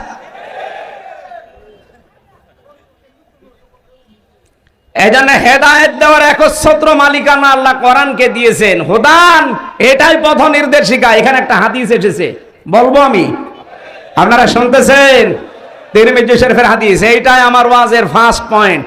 ভালো করে শুনবেন, যদি মেনে নিতে পারেন কপাল খুলে যাবে এক্ষুনি, আর যদি মানতে না পারেন ওই যা ছিলেন তাই। মানিত্তাবাল হুদা বিগাইরিল কোরআন আদাল্লাহুল্লাহ, তিরমিজি শরীফের হাদিস। নবীজি বলেন যেখানে কোরআন নেই, যেহেতু হেদায়েত দেওয়ার মালিক আল্লাহ, আল্লাহ কাকে দিয়েছে? কোরআনকে। বলেন বলেন, আরো জোরে বলুন। পৃথিবীর কোন পীরের হাতে হেদায়েত আছে? না, নেই। আমি আজকে চরমনার ময়দান পুরা ঘুরে দেখলাম, মাদ্রাসা, সরসিনার পুরা মাদ্রাসা, সারাদিন এই 2 জায়গায় গিয়েছিলাম। এনএস মাদ্রাসা, যেটা কামিল মাদ্রাসা যে ঝালুকাঠি, ওখানে গিয়েছিলাম কয়েকদিন আগে। পুরা মাদ্রাসা গুলো ঘুরে ঘুরে আমি দেখেছি, এই দরবার গুলোতে শিরিক পেলাম না। আপনারা যাবেন। কিছু মত পার্থক্য আমাদের সাথে আছে, ওটা আমিও মেনে নিয়েছি। এখন জাতীয় স্বার্থে বাংলাদেশের মানুষের এটা মেনে নেওয়া লাগবে। তাদের যে খেদমত গুলো, এটা আমাদের এখন স্বীকার করা দরকার জাতির। আপনাদের এই বরিশাল বিভাগে বিশেষ করে এলাকাগুলোতে কোরআনের প্রসার, মানুষকে আল্লাহর দিকে ডাকার জন্যে সৈয়দ ইসহাক রহমতুল্লাহ আলাইহি, এই যে মহেবুল্লাহ, শাহ মহেবুল্লাহ আহমেদ রহমতুল্লাহ আলাইহি, এই মানুষগুলোর যে কাজ কারবার, তারা যে মাদ্রাসাগুলো প্রতিষ্ঠা করে যে দিনের আলো ছড়িয়েছে, আমার মনে হয় এই মানুষগুলোর কীর্তিময় কাজগুলো জাতির সামনে অন্তত তুলে ধরা দরকার। আমি অনেকক্ষণ ছিলাম, এক এক জায়গায় প্রায় 2 ঘন্টা 2.5 ঘন্টা সময় কাটিয়েছি। বহু কিছু আজকে আমি এতদিন উল্টাপাল্টা ধারণা অনেকের প্রতি ছিল। মনে করতাম শুধু চট্টগ্রামের বায়তুল শরফের মরহুম মাওলানা আব্দুল জব্বার রহমতুল্লাহ আলাইহি, এটা বাদ দিয়ে বাংলাদেশে আর মনে হয় সেরকম কিছু নেই। সব জায়গায় যা শুনতাম যে শিরিক বেদাত ভরপুর। হ্যাঁ আছে, শিরিক বেদাতও আছে, যেমন আটরশি শিরিক বেদাত আছে, মাঝ ভান্ডারি শিরিক বেদাত আছে, সুরেশ্বরী। আপনি যান প্রকাশ্য শিরিক পাবেন। দেওয়ানবাগি, রাজারবাগি, কুতুববাগি, এগুলো 100 ভাগের 99 ভাগ শিরিক চলে। এরা দেখবেন আল্লাহ বাদ দিয়ে অন্যের নামে জিকির করে। আমার তাহেরি ভাই এ জিকির করছে কার নামে? ইয়া আলী বাবা, শাহ আলী বাবা, কেবলা বাবা, দয়াল বাবা, আগলা বাবা, পাগলা বাবা, ন্যাংটা বাবা দোয়া চলছে। আমি নিজে তার মুখে শুনেছি, ইয়া আলী বাবা, শাহ আলী বাবা, ফতে বাবা। বলেন আল্লাহ বাদে কারো নামে জিকির জায়েজ আছে? হ্যাঁ, যদি চট্টগ্রামের বায়তুল শরফে, চরমনার ময়দানে, সরসিনার ময়দানে যদি আল্লাহ বাদে অন্য কারোর নামে জিকির হয়, আপনারা ওখানে যাবেন না। এই কথা বলেন না কেন? না, আল্লাহ বাদে অন্যের নামে জিকির করা হারাম। সূরা আরাফ 9 নম্বর পারা 13 নম্বর পৃষ্ঠা 4 নম্বর লাইনের 181 নম্বর আয়াতে আছে, না 180 নম্বর আয়াত।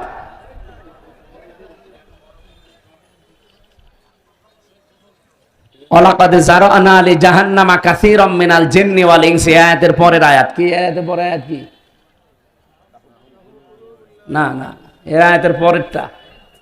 যাই হোক, আমি আয়াত নাম্বার বলে দিয়েছি, বাড়ি যে আপনার দরকার বিশ্বাস না হলে মিলিয়ে নেবেন। সূরা আরাফ 9 নাম্বার পারা 13 নাম্বার পৃষ্ঠা 4 নাম্বার লাইনে আছে 80 নাম্বার 180 নাম্বার আয়াত। যে কোনো তাফসিরের সাথে মিলাবেন।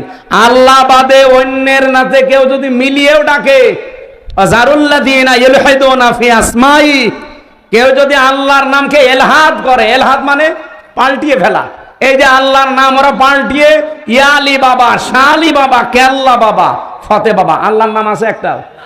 কোথায় আপনি পেলেন এগুলো? এই জন্য আমি যে সমস্ত দরবারগুলো নিজে দেখে আসলাম, আপনারা দরকার হয় বড় বড় আলেম যারা আছেন দেশে যাবেন দেখতে। যদি দেখেন যে শিরিক বেদাত এখানেও আছে, ওখানে মানুষকে যেতে নিষেধ করবেন। যেহেতু এই সমস্ত জায়গার নিয়মগুলো দেখে আসলাম, এরা জিকির আল্লাহর নামে করছে, এরা দরুদ রাসূলুল্লাহর নামে পড়ছে। কিন্তু কিছু মানুষ যেখানে শিরিক আর বেদাত প্রকাশ্যে, যেখানে আল্লাহর নামই পুরো পাল্টিয়ে ফেলিস, এমনকি আল্লাহর নামই বাদ দিয়ে দিয়েছে, এই জায়গায় গেলে আপনার ঈমান থাকবে না যাবে? আমি অন্তত থাকতে আপনার ঈমান চলে যাবে, আর আমি বসে বসে ঘাস কাটবো। 55 বছর পর্যন্ত আল্লামা সাইদি রহমতুল্লাহ আলাইহি এই কথাগুলো জাতিকে জানাতে চেয়েছিলেন যে আপনারা শিরিক করবেন না নামের ভেতরে, আল্লাহর নামে। রাসূলুল্লাহকে তুলতে তুলতে এমন উপরে তুলে ফেলে, আল্লাহর উপরে সম্মান দিয়ে দেয় না। স্থান ঠিক রাখা লাগবে। 1 নম্বরে কে? 2 নম্বরে রাসূলুল্লাহ, 3 নম্বরে মা বাবা। বলেন বলেন, আপনি সিরিয়াল ঠিক না রেখে একবারে মা বাবাকে আল্লাহর উপরে তুলে দেবেন, আপনি ঈমান থাকবে? আমার ভাইরা, এবার আমি হাদিসের যে ব্যাখ্যা বলার জন্য এই হাদিসটা পড়লাম, শব্দ ছিল আদাল্লাহুল্লাহ। আমি আরবি গ্রামার যারা বোঝে, জানে, বালাগাত মানতে পড়ায় পড়ে, এখানে বহু আলেম আছে। আপনি একটু বাড়িতে যে ওনাদের আলাদা জিজ্ঞাসা করেন তো, শব্দ নবীজি যদি বলতেন দল্লা ইয়াদিল্লু, তাও বাংলা অর্থ হয়ে যেত। কিন্তু বাংলা অর্থ আসতো সোলাসি মুজাররদ থেকে আসলে যে আপনি নিজেই নিজেকে খারাপ বানিয়ে ফেলেছেন। কিন্তু আদাল্লা ইউদিল্লু বাবে ইফাল থেকে এসেছে শব্দটা, এর খাসিয়াত আছে 9টা।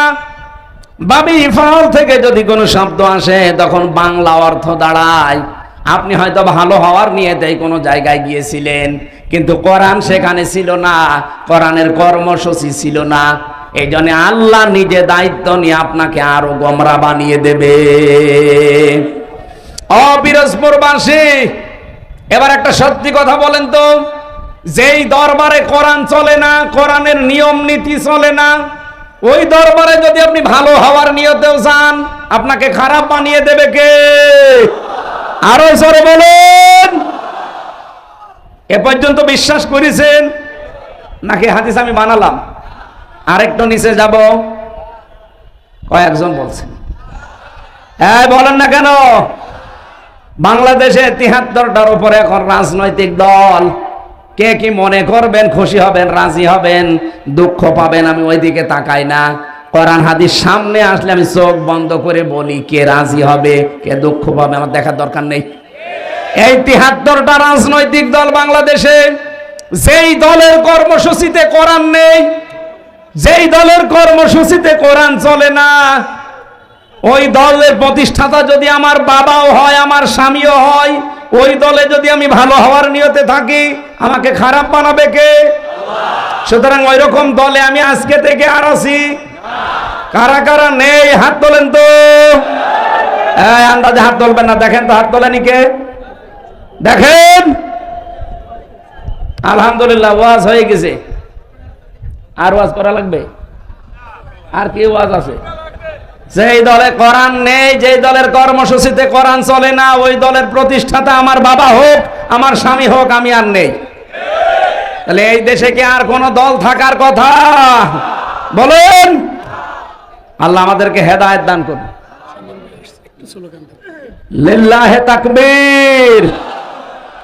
আমাদের প্রধান অতিথি আজকে আল্লামা দেলাওয়ার হোসেন সাইদি রহমতুল্লাহ আলাইহির সন্তান এসে গেছে। ভাই মনে হয় ব্যস্ত থাকলে চলে যাবেন, না থাকলে কিছুক্ষণ থাকবেন ইনশাআল্লাহ। থেকে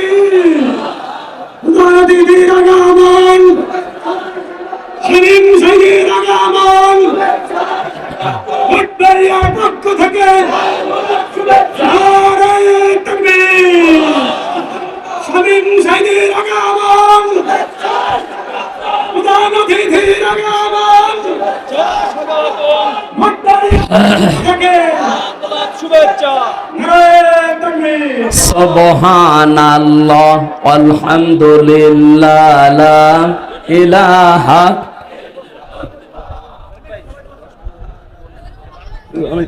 না আয়াতটা শেষ করে এখানে বসিয়ে দেন, এখানে বসিয়ে দেন। সুবহানাল্লাহ আলহামদুলিল্লাহ লা ইলাহা ইল্লাল্লাহ সুবহানাল্লাহ। জবান খুলে আল্লাহর জিকির করেন, সুবহানাল্লাহ আলহামদুলিল্লাহ। এখানে কথা বলেন কেন? বসেন, বসিয়ে দেন, সব বসিয়ে দেন।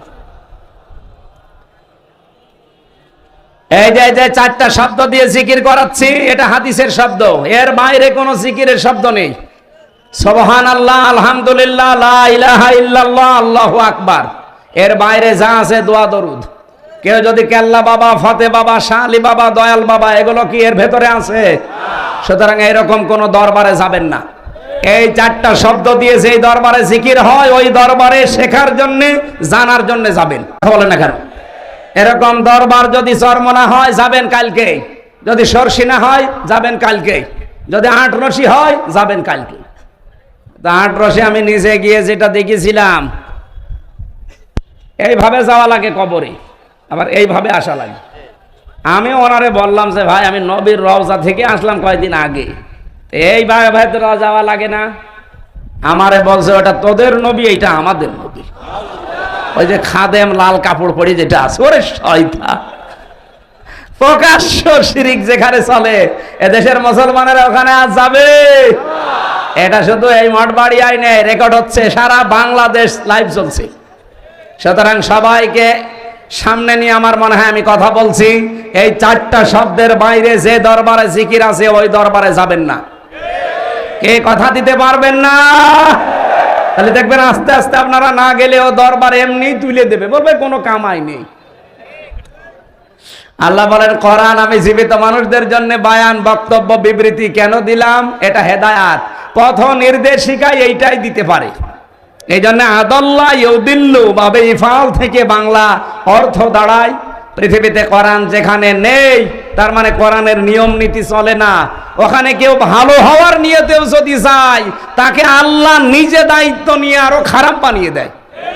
এর বাস্তব প্রমাণ আমার কুষ্টিয়া লালনের মাজার, ওখানে কোরআন আছে নেই? আমার বাড়ি তো পাশে, কোরআন নেই, কোরআনের কর্মসূচিও নেই।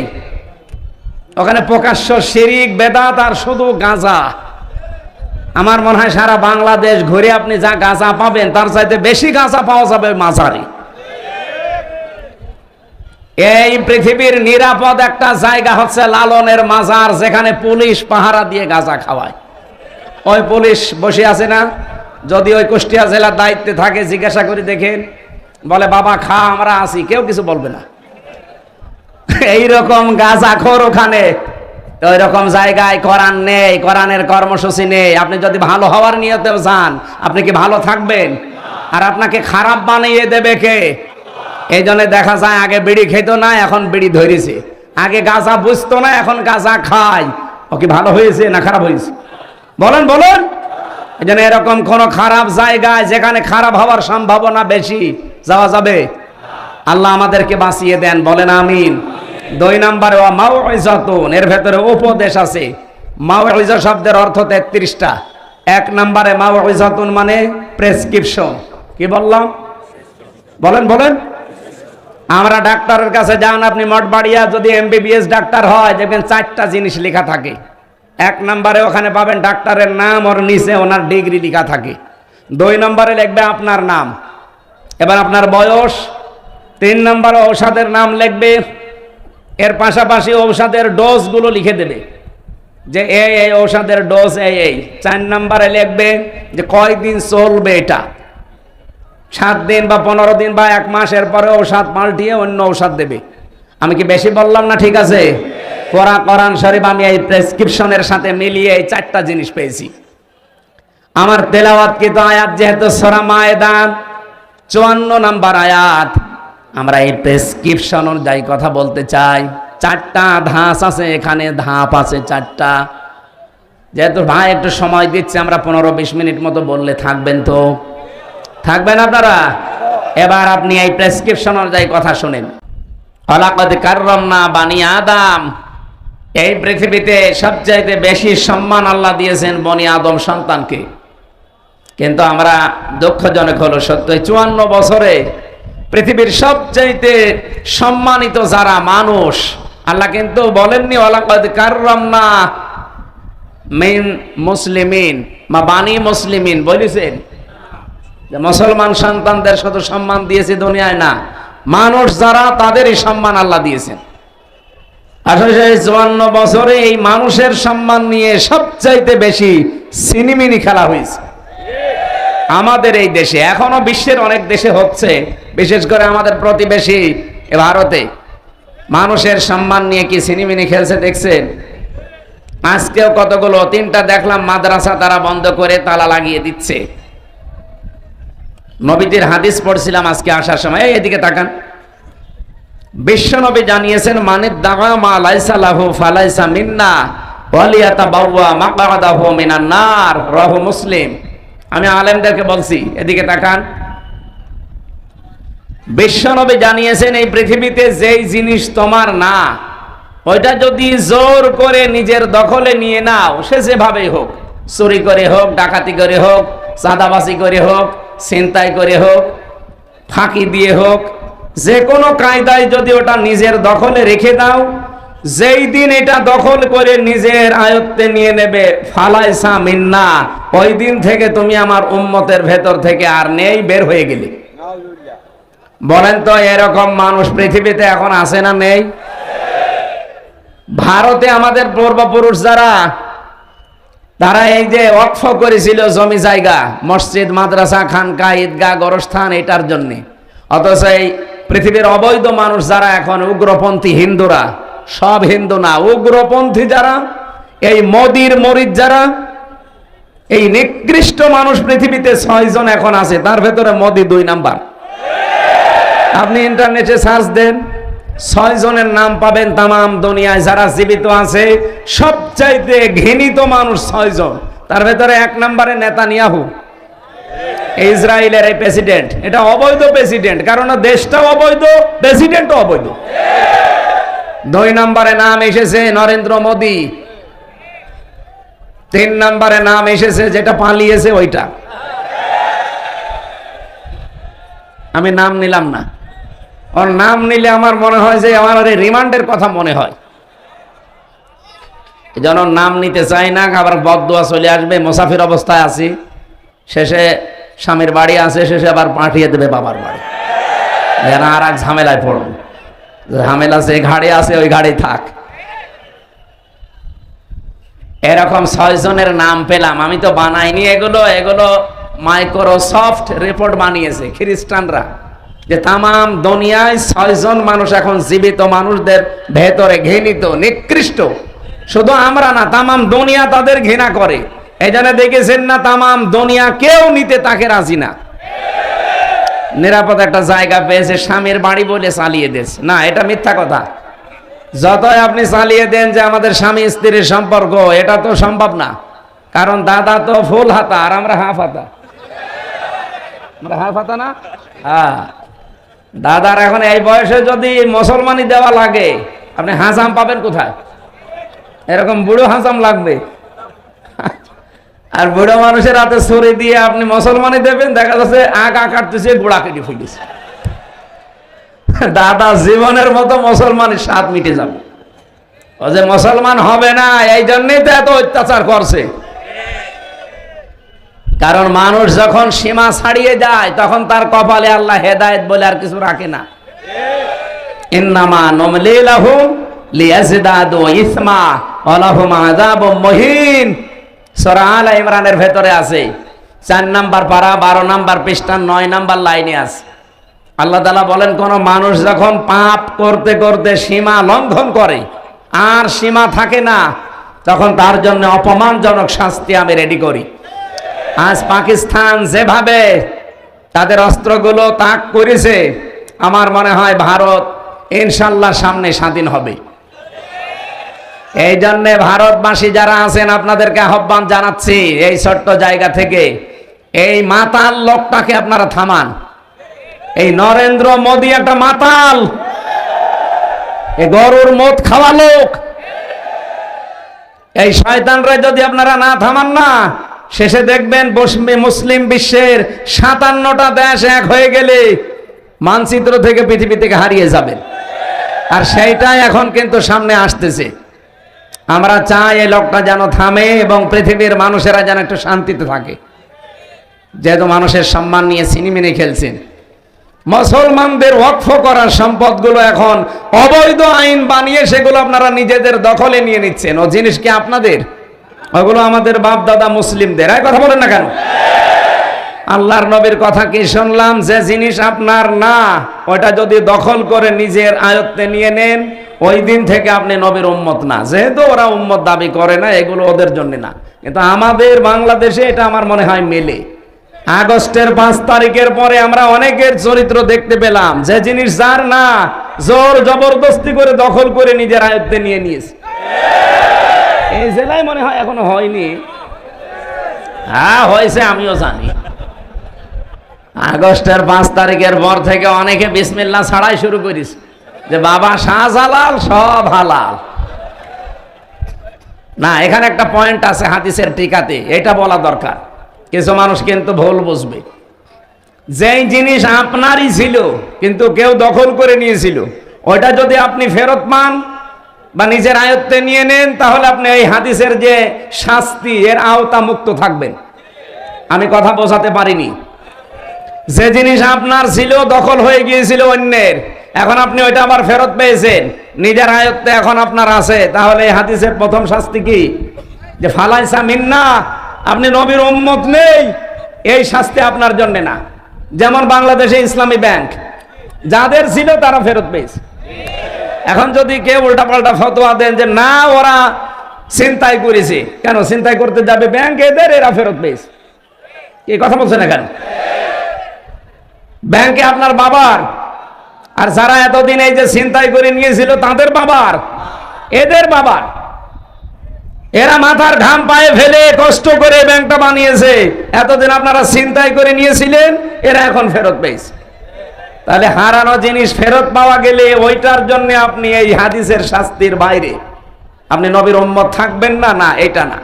কিন্তু যারা অন্যের জিনিস নিজের দখলে রেখেছেন ওটা ফেরত দেন ভাই। নাই তো আপনি যেহেতু নবীর উম্মত নেই, হয় আপনি ইহুদি হবেন, নাই খ্রিস্টান হবেন, নাই মুশরিক হবেন, নাই বৌদ্ধ হবেন। কথা বলছেন না কেন? নবীর উম্মত না থাকলে অন্য কোনো কিছু তো হবেনি।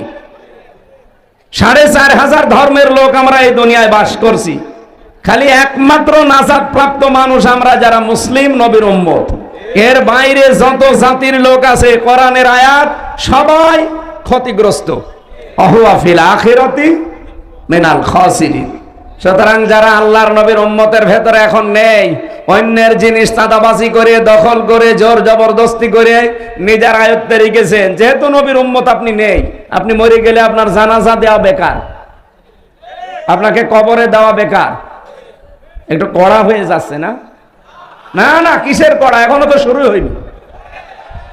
কোনো কড়া নেই, কেবল শুরু করছে ডোজ দেওয়া।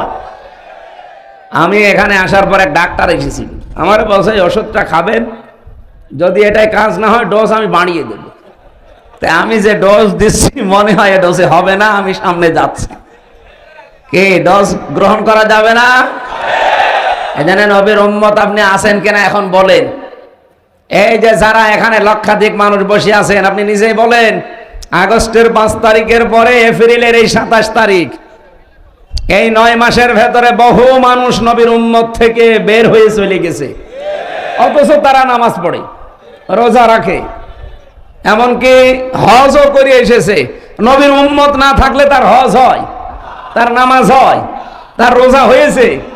এই জন্য হাতে পায়ে ধরে বলছি, ভাই যারা নিয়েছেন তারা এই কাল সকাল বেলায় তাদের বাড়িতে ফেরত দিয়ে আসবেন, যে ভাই যেভাবেই হোক নিয়েছিলাম, এটা আমার না, এই যে ফেরত দিয়ে গেলাম। যারা যারা রাজি আছেন এ কাজ করতে হাত তোলেন তো। এই কাঠটা মেরি খেয়েছেন, এদিকে আসেন। আরে এটা তো ঠিক হয়নি, রেকর্ড হচ্ছে না। আপনি আন্দাজে হাত তুলতে গেলেন, এই ক্যামেরা ওইদিকে মারার দরকার নেই। না, আমরা তো আশা করেছিলাম যে অন্তত এই ছেলেটা একটু বাদ আছে, আপনারা দেখে প্রায় লোকে হাত তুলছেন, কাঠটা মেরে খেয়েছেন, ফেরত দিয়ে দেবেন। ভাই, যে দলের লোকই আপনি হন, যে জিনিস আপনার না, যদি আপনি জোর করে নিজের দখলে নিয়ে রাখেন, কালকে ফেরত দিয়ে দেবেন, নয়তো আপনার নামাজ, রোজা, এই হজ, যাকাত সব মাঠে মারা যাচ্ছে। কারণ আপনি নবীর উম্মতি নেই। আপনি মরে গেলে যে আমি বিসমিল্লাহি ওয়া আলা মিল্লাতি রাসূলিল্লাহ বলবো, পুরা মিথ্যা। কারণ আল্লাহর নামে, রসুলের নামে, রসুলের আদর্শে তুলে দিলে আপনি রসুলের আদর্শই নেই। 2 নাম্বারটা আরো কঠিন। ওয়ালিয়াতাবাওয়া মাকআদাহু মিনান নার, নবীজি বলেন সে যেন টিকিট কেটে জাহান্নামে নিজের একটা আসন বরাদ্দ করে নিল। আমি তো এই চর্ম চোখে দেখতে পাচ্ছি বাংলাদেশে এরকম বহু মানুষ অলরেডি জাহান্নামে টিকিট কেটে বসে আছে। যারা মানুষের জমি দখল করে নিয়েছেন, দোকান দখল করেছেন, এই বাজারেও কত দোকান দখল হয়ে গেছে নামে বেনামে। নাকি বেশি বললাম? ওই আপনারটা মনে হয় নিয়েছে, ঠিক ঠিক বলছেন 2 বার।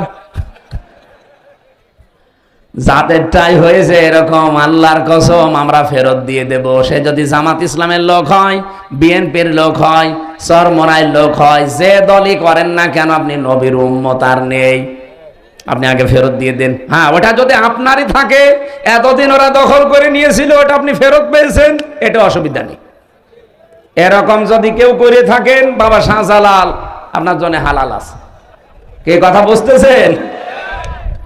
আমি যে কথাটা বলতে চাই, হাদিসটা নিয়ে আসলাম। পৃথিবীর এই নিকৃষ্ট মানুষদের তালিকায় যাদের নাম, এই মানুষগুলো দেখেন মানবতার সবচাইতে বড় শত্রু এরা। এবং এই মানুষগুলোর জন্য এখন পৃথিবী অশান্ত হয়ে উঠতেছে। অলরেডি ইন্ডিয়াতে এই মোদি পৃথিবীর নিকৃষ্ট সন্ত্রাসী, জঙ্গি ও দাঙ্গা বাঁধিয়ে দিয়েছে। আমি গতকালকে দেখলাম 2 জন দাড়িওয়ালা মুসলমানকে মাটিতে ফেলে জবাই করছে উগ্রপন্থী কিছু হিন্দুরা। এ পৃথিবীর যত অপকর্মের মূল হতা হয় ইহুদিরা, না এই উগ্রপন্থী হিন্দুরা। যত অপকর্ম আছে, আমি এই যে আমার মোবাইলে প্রায় 70টা নোট করেছি, তামাম দুনিয়া মিলিয়ে। ওই সেই হিটলার থেকে শুরু হয়েছে, ওটা ছিল কি মুসলমান, কি ছিল খ্রিস্টান। এখান থেকে শুরু হয়ে আজকের এই দিন পর্যন্ত যা চলছে দুনিয়ায় যত অপকর্মে, এর মূলে হচ্ছে হয় ইহুদিরা, নাই হিন্দু মুশরিক যারা, উগ্রপন্থী যারা, তারা সব হিন্দু না। এই জন্য অন্যান্য যারা হিন্দু ভাইরা আছেন, এই লোকটাকে আমার মনে হয় থামানো দরকার, নাই তো পৃথিবী বসবাসের অযোগ্য হয়ে যাবে সামনে। ও যা আরম্ভ করেছে, তাম পৃথিবী কিন্তু আবার যুদ্ধ লেগে গেল বলে। এই একটা মানুষের মন মতো চলতে গিয়ে আমরা দুনিয়াতে অশান্ত হয়ে যাব। কোন কারণে? হয় ওকে মেরে ফেলেন, নাই থামান। কথা বলেন না কেন? কারণ এরকম অভিশপ্ত মানুষের দুনিয়ায় থাকার দরকার নেই। ভালোই তো চলছে পৃথিবী, মাঝে মাঝে এই শয়তান খালি অশান্ত করে দেয়। এখানে এই শয়তান আছে, আর ওদিকে শয়তান আছে। আল্লাহুম্মা আমিন। লা ইলাহা ইল্লা আনতা সুবহানাক। মোনাজাতটা বসে করেন, যে যেখানে আছেন একটু মোনাজাত বসে করেন। আল্লাহর কাছে আমরা মোনাজাত করছি, বসে করেন ভাই। মনের আবেগের কথাগুলো বলবেন মনে মনে। রব্বানা যালামনা আনফুসানা ওয়া ইল্লাম তাগফির লানা ওয়া তারহামনা লানাকুনান্না মিনাল খাসিরিন। রব্বুল আলামিন, পিরোজপুর জেলার মঠবাড়িয়াস মোস্তফা খেলার মাঠের দিকে একটু তাকাও। হাজার হাজার বান্দা বান্দি কোরআনের কথাগুলো আমরা চাতক পাখির মতো শুনেছি। শেষে এসে তোমার দরবারে আমরা এই ছোট্ট 2টো হাত তুলেছি। জীবনে বহু মোনাজাত করেছি, কোনটা ভালো লেগেছে জানি না। আজকের এই মোনাজাতটা তুমি ফেরত দিও না। সারা জীবনের অপরাধগুলো কোরআনের ইজ্জতে তুমি নেকি বানিয়ে দাও। অপরাধগুলো তুমি সব সাফ করে দিয়ে ওই ফাঁকা জায়গাটা নেকি দিয়ে ভরাট করে দাও। এই অনুষ্ঠান মাত্র 3 দিনের ব্যবধানে এরা বিশাল আয়োজন করেছে। এই মঠবাড়িয়া এলাকায় যারা ব্যবসা বাণিজ্য করে, বিভিন্ন কর্মজীবনে আছে, সবাই দল মত নির্বিশেষে ছুটে এসেছে কোরআনের এই অনুষ্ঠানে। সাহায্য সহযোগিতা আছে, যেইভাবে করলো আল্লাহ তাদের দিকে তোমার রহমত এগিয়ে দাও রব্বুল আলামিন। 64 জেলার পিরোজপুর জেলায় আসলে শহীদ আল্লামা দেলাওয়ার হোসাইন সাইদি রহমতুল্লাহ আলাইহি তার কথা মনে হয়। আল্লাহ তাআলা তাফসীরুল কোরআন মাহফিলের জনক বলা হয় তাকে বিশ্বে। তুমি শহীদ আল্লামা সাইদিকে কবরে জান্নাত দিয়ে দাও। এই জেলার মাটির নিচেই তিনি ঘুমিয়ে আছে, আল্লাহ কবরটা তুমি জান্নাতুল ফেরদাউস বানিয়ে দাও। তার ওসিলা করে এলাকায় যত মানুষ কবরে আছে আল্লাহ সবাইকে মাফ করে দাও। যারা এই মঠবাড়িয়া এলাকায় ব্যবসা বাণিজ্যে আছে এদের অভাব দূর করে দাও। বিশেষ করে এই মঠবাড়িয়া পৌরসভা এলাকায় কত মানুষ তাদের কর্মজীবনে ব্যস্ত আছে, যে যেখানে আছে এ রিজিকের মালিক তুমি আল্লাহ বরকত দিয়ে দাও রব্বুল আলামিন। সম্মানিত সভাপতি অধ্যাপক শরীফ মোহাম্মদ আব্দুল জলিল, তোমার নামে নাম আল্লাহ তুমি কবুল করো। আমাদের প্রধান অতিথি আলহাজ শামীম বিন সাইদি, আল্লাহ তুমি তার মাকে মাফ করে দাও। তার স্ত্রী পুত্র সন্তান আদি ভাই ভগ্গর যেগুলো দিয়েছো এগুলো দিনের জন্য অটল রাখো। তার জেলা এটা, তার নিজের বাবার দেশ, মায়ের দেশ, এলাকায় যত মানুষ কোরআনের জন্য তাদেরকে ভালোবাসে আল্লাহ তুমি তাদেরকে হামে ও নাসির হয়ে যাও। সম্মানিত মা বোনদেরকে তুমি খাদিজাতুল কুবরার মতো বানিয়ে দাও। আলাদা করে তাদের জন্য কিছু বলতে পারলাম না। 5 ওয়াক্ত নামাজ, রমজান আসলে রোজা, নিজের শরীরকে পর্দায় রাখার, স্বামী থাকলে খেদমত করে খুশি রাখার সুযোগ মেয়েদেরকে তুমি দান করে দাও। প্রশাসনের যে ভাইগুলো এসেছে নিজেদের বাবা মা আত্মীয় স্বজন ছেড়ে বাংলার বিভিন্ন প্রান্তে যারা জনগণের জান মাল ইজ্জত আবরু হেফাজতের চেষ্টা চালায়, তাদের এই পুরা দায়িত্বটা ইবাদত হিসাবে কবুল করে নাও। আমি আজকে ঐতিহাসিক একটা ময়দান, সরসিনার ময়দান, চরমনার ময়দানে গিয়েছিলাম। আল্লাহ তাদেরকে যেখানে তারা ঘুমিয়ে আছে ওই পীর সাহেবদেরকে তুমি কবরে মাফ করে দাও, তাদের দ্বীনের খেদমত কবুল করে নাও। তাদের সন্তানাদি তারা দুনিয়ায় এখনো যারা দ্বীনের খেদমতে আছে, একামতে দ্বীনে আছে, খেদমতে দ্বীনে আছে, তাদেরকেও তুমি মঞ্জুর করো আল্লাহ। বাংলাদেশের সবাইকে তুমি কোরআনের ছায়াতলে এনে দাও। আগামীতে অনুষ্ঠানটা কোরআনের জন্য আরো বড় করে কবুল করে নাও। 3টা বছর জালেমরা এমন কোনো নির্যাতন নেই যা আমার এই শরীরের ওপরে করে নাই। মাথার চুল থেকে পায়ের তালু পর্যন্ত ওরা টর্চার করেছে। আল্লাহ আমার শরীরটাকে তুমি আগের অবস্থায় ফিরিয়ে দাও। আমার কণ্ঠটা কোরআনের জন্য ভিক্ষা দাও।